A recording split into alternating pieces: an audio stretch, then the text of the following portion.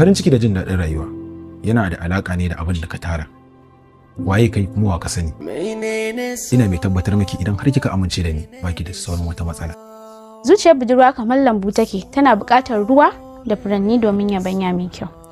Ita rayuwa kamar fensir take, ana rubutu da shi sannan kuma har ya ƙare, kuma yana ƙara fitowa har zuwa sanda zai ƙare. Kada ki biya ta yaran, ki ƙare biki wuri komai ba. Baka buƙatar lokaci kafin ka fara soyayya, amma idan ka fara za ka sha wahala kafin ka gane menene su. Soyayya kawai magana ce kuma ƙarya ce, tsari ne kawai da aka shigo da shi domin raunata zuciya, domin biyan buƙatar wanda ya amfani da kalmar su. Tabbas baka fahimci rayuwa kuma baka san ko kai waye ba, mutukar ka ƙaryata mu'jizar su. Saboda an halicci duniya domin soyayya, kuma an samar da kowa da komai na cikinta domin soyayya.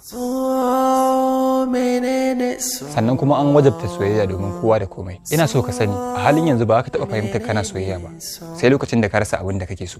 Zafin soyayyar gaskiya kamar kukan jariri yake. Kada ki manta ba, ina so na sanar da ke fa ni ne fa gatanki. Da Allah dakata.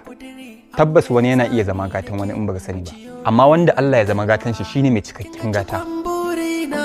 Hakan sami kishi zai sa nutsuwa, baki da kishi ko a gidana da ke kadai za mu yi zama.